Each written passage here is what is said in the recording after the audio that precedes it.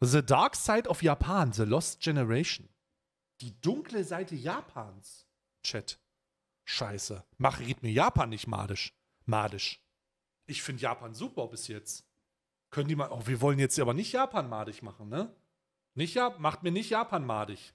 Japan from the outside, you'll see this. Robots, advanced tech, basically zero crime, incredible culture, the third biggest economy in the world, healthy population, and companies that are famous all over the world. In many ways, an ideal country. But if you look closer, under the surface, you'll see that while all of that is true, there is another, much darker side to the life in Japan. Unbeknownst to most of the world, Japan has millions of people who have failed to succeed in the society and ended up completely isolated from it, without access to jobs, marriages, and means to live a normal and happy life. They are known as the lost generation, and they make up almost 15% of the population of the country.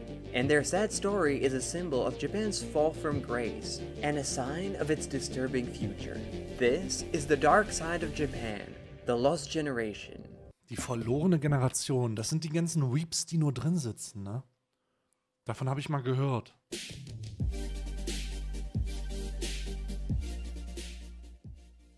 While this is now mostly forgotten, in the 1980s, Japan was seen as the next economic superpower that was going to replace the United States and completely take over the global economy. In a similar way, we might see China today.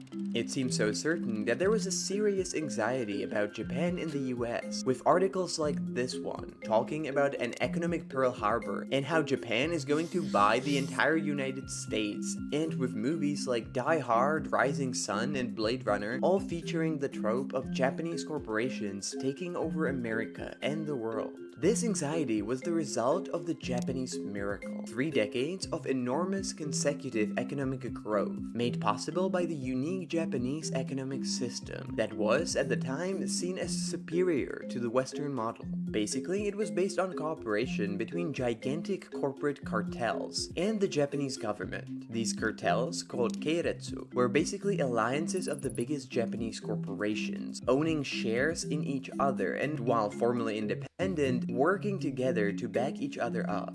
And the biggest keiretsu were given unfair support from the government in the form of enormous loans distributed by the state-owned National Bank of Japan. This basically meant that these alliances had access to an infinite stream of cash to finance their aggressive expansion abroad, while at the same time Also das, was China auch macht. the government would block foreign companies Also das, was China jetzt macht oder seit Jahren erfolgreich macht. from expanding into the Mit ein bisschen mehr Kontrolle, denke ich. Japanese market. It wasn't a healthy system or a fair one, but it was working. The Japanese stock market was booming. Japanese products were conquering one market after another, and regular people knew that if they worked hard and got a university degree, they would get a solid job at a large corporation that would mean the guarantee of a lifetime employment. Japan was unstoppable and everything was going great. Until it wasn't. By 1991, Japan had been growing extremely fast for 3 consecutive decades, and it became the second biggest economy after the United States. As the economy was growing, prices of real estate and values of companies listed on the stock market were growing as well. But by the end of the 1980s, this growth went into an overdrive and turned into a speculative mania. Basically, everyone thought that the economic boom and the growth of assets will continue forever, and the more you invest, the more money you will make. And meanwhile, Ganz klassisch, der ganz normale Christian Lindner kapitalistische Traum. Ne? Alles wird weiter wachsen. Unendlich lang. the National Bank of Japan continued to print out and lend money to basically anyone who asked, regardless of what the money was for or how trustworthy the creditors It can only go up. were. Genau. And then one day, the bubble popped. Throughout the year 1990, the stock market fell by 43%, and real estate prices followed. The bursting of the bubble meant that regular people had much less money to spend, and that no one was willing to invest in Japanese companies anymore, leading to an end of the economic boom. On top of that, in the years after the burst of bubble, cracks in the Japanese system quickly began to show. It was revealed that corruption was widespread and common in Japanese business and government, from insider trading to stock manipulation and fraud and bribery, and that the practically unlimited supply of loans created hundreds of zombie companies. Businesses that would have gone bankrupt years ago, but that kept surviving on never-ending supply of cheap money. Das ist tatsächlich wie in China. Also ich weiß nicht, wie es in Südkorea ist. Gerade hat jemand im Chat geschrieben, Südkorea auch. Aber China, ähnlicher Prozess. Borrowed from the state. Alter, wenn der Immobilienmarkt in China kollabiert. Holy shit, Alter. Dann schnallt euch an eurem Gaming-Chair, ey. Dann wird's aber ein wilder Ritt.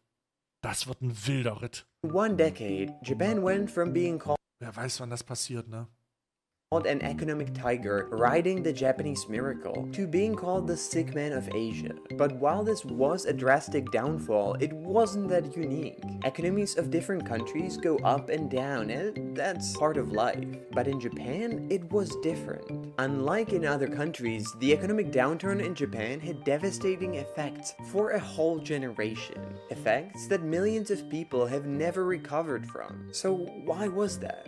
Well, in order to answer that, we need to understand the Japanese work and hiring culture, which is, to put it mildly, very intense. And it has several unique aspects that make it quite different from any other job market in the world. A corporate career in Japan starts with Shushoku Katsudo, a unique Japanese job hunting ritual that university graduates go through at the end of their studies. Many companies, including the biggest Keiretsu, hire only fresh graduates, and only once a year, but in mass. Loads of people at once. The fresh graduates pass the job hunting ritual, filled with group interviews and seminars that thousands of people dressed in identical black and white suits have to go through. Das ist ja absurd. And at the end of it, they get a job. And they keep that job for decades until retirement, in line with another common policy known as Shushin Koyo, or lifetime employment. And their company will then only promote from within, a policy known as Shanai Shoshin, grooming and cultivating their employees throughout their career to become future executives one day. These practices, which were basically the universal standard in the 1990s, and are still very common in Japan to this day, bring stability, but they also create an incredibly rigid job market.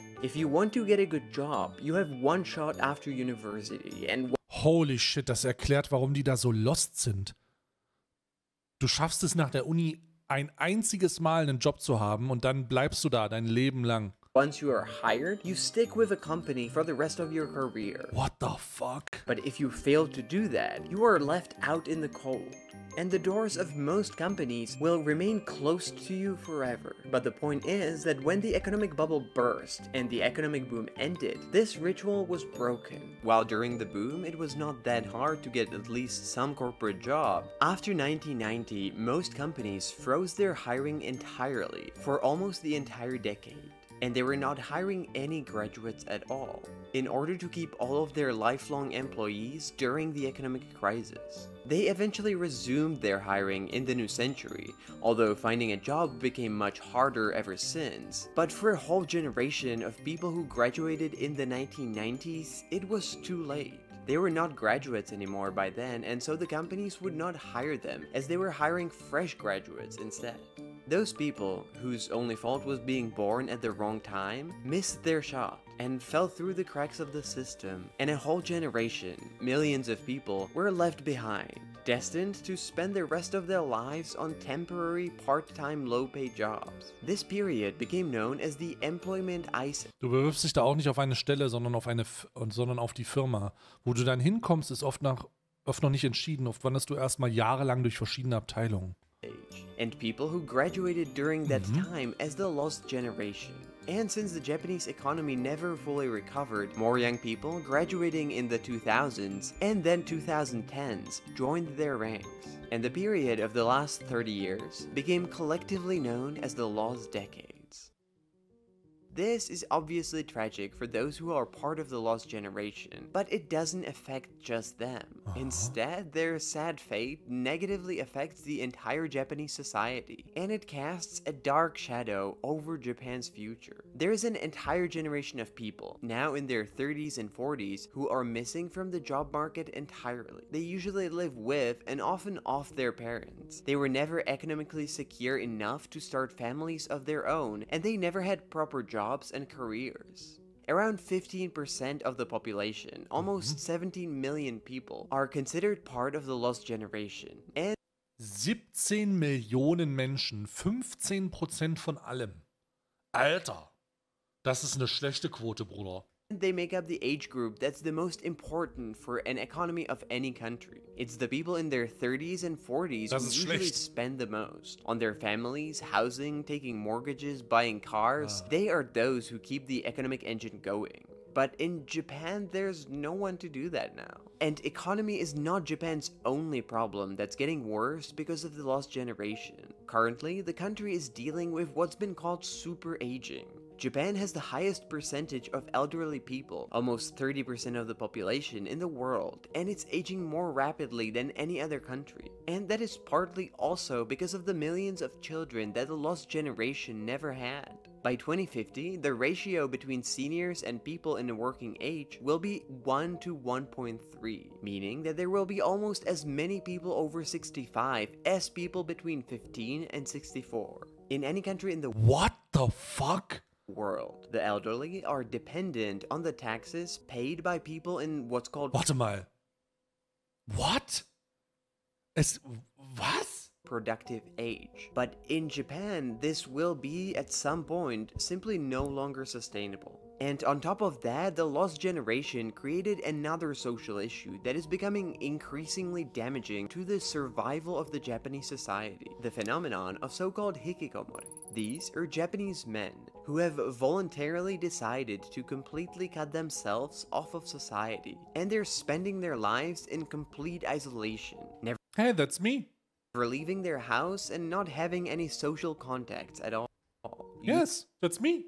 Usually being completely financially dependent on their parents. Okay, that's not me. The first hikikomori were members of the original lost generation, men today in their 30s and 40s who could not fulfill the requirements expected from them by the Japanese society, get a job, climb the career ladder, start a family and provide for them, and decided to give up entirely instead. But eventually they were joined by others from the younger generations as well, who, although they did have a chance to join the job market, just found it too stressful and competitive. Today, there is almost 1 million of these men in the Japanese society, with many more on the verge of joining them. And the social phenomenon is quickly becoming a very real mainstream problem, affecting the entire society. The Japanese government is aware of the extremely negative impacts that the existence of the lost generation and the growing number of hikikomori are having on the Japanese society and economy. Weißt du, was du da machen musst? Ausländer rein. Ausländer rein. And it has announced that it will try to help the lost generation to get back up on its feet and reintegrate those who have secluded themselves from the society. But so far, it had very little success. The problem is that the Japanese economy is still not doing great, and at the same time, it still has extremely rigid work culture. Not only that people are expected to work extremely long hours and comply with strict hierarchy, but many companies still follow the same pattern of lifelong employment, hiring only once a year and promoting only from within the company, making it impossible for the employees to take breaks or even to get a second chance if they fail to get their foot in the door. And so millions of people are stuck, and their numbers are constantly growing as more young people fail to succeed in the ruthless system, and eventually they just give up. Krass. Also ich wusste ja, dass es diese gibt, diese Hikomori-Leute, ne? Die vor den Manga- und Anime-Regalen sitzen und dann den ganzen Tag irgendwie rumchillen. Aber dass das 15% der Gesamtbevölkerung sind, das ist ganz schön krass. Also das ist ganz schön krass. Gaijins raus. Naja, dann ist er halt raus. Habe ich auch schon von gehört, dass das in Japan gar nicht so, also Urlaub und Touristen ja, ne? Aber sobald es dann darum geht, irgendwie als sogenannter Gaijin in Japan zu leben, ist dann schon ein bisschen was anderes. Scheint wohl ein bisschen was anderes zu sein. Da gibt es positive als auch negative Berichte. Ich habe Ich habe da eigentlich immer mal ich habe einen Kanal, den ich da gucke, von einem Pärchen, das in Japan lebt. Da weiß ich aber gerade nicht, wie der Name lautet. Warte, ich gucke gerade mal. Die sind ganz krass. Sie ist, glaube ich, Mathematikerin und er ist Englischlehrer mittlerweile. Ich gucke gerade nach dem Kanal. Oh. Ist sehr wild. Ah, hier. Kite und Eric, da sind sie. Das ist der Kanal hier. So. Das sind Pärchen, die seit 10 Jahren in Japan leben und die gucke ich mir immer mal an. Ja? Wie ihr seht, das sind immer ein paar Videos, sind immer mal geguckt. Und die machen so Trips und so. Und zeigen Japan und leben und reden auch von in ihrem Leben in Japan, wie das so ist. Und die thematisieren das gar nicht. Also die thematisieren das überhaupt nicht. Die haben auch so ein Haus gekauft. Warte mal, das haben wir gesehen hier. Our Home. Huh? I think the crows can get in there. They seem sophisticated. Das haben wir schon mal geguckt. But they haven't as of yet. You'll see that in a minute. You'll see that in a minute. So, da sind die beiden. Sie ist irgendwie mathematische Angestellte bei einem Finanzdienstleister und er ist Englischdozent jetzt. Und die zeigen dann ihr Haus, wie die da leben und so. And I don't know why the people who built this house thought, yeah, we're definitely going to put shelves up there. Who in their right mind is getting up here and getting stuff? Yeah, that's a bit. Oh. Und also da wird das gar nicht thematisiert. Die haben jetzt ein Haus gekauft, die haben auch Visa, kein Problem. Also weiß ich nicht. Irgendwie habe ich jetzt, also ich bin mir nicht sicher. Ich bin mir einfach nicht sicher. Abroad in Japan? Das ist was? Achso, ja, den kenne ich auch. Okay, den kenne ich auch. Hauke hat auch angefangen drüber gesprochen, wie schwierig es ist, in Japan Fuß zu fassen. Das stimmt, Hauke wohnt da ja auch, ne? Vielleicht muss ich da mal mit Hauke drüber reden. Aber Hauke ist gefangen. In World of Warcraft ist der, glaube ich, gefangen. Da ist Hauke gefangen gerade. Ich finde das ganz interessant. Ich meine, man kann auch sagen, Alter, das ist ein universelles Problem. Die Leute, es gibt so einen nationalen Ruck international. Die Leute denken, in einer globalen Welt ist es besonders schlau zu sagen, Ausländer raus. Ich verstehe das nicht. Also ich bin da vollkommen raus. Ich denke nur so, what the fuck? Wie kann man das nur denken? So, wie kann man das nur denken? Ist einfach nur dämlich. Das ist in meiner Wahrnehmung einfach nur dämlich. Aber naja.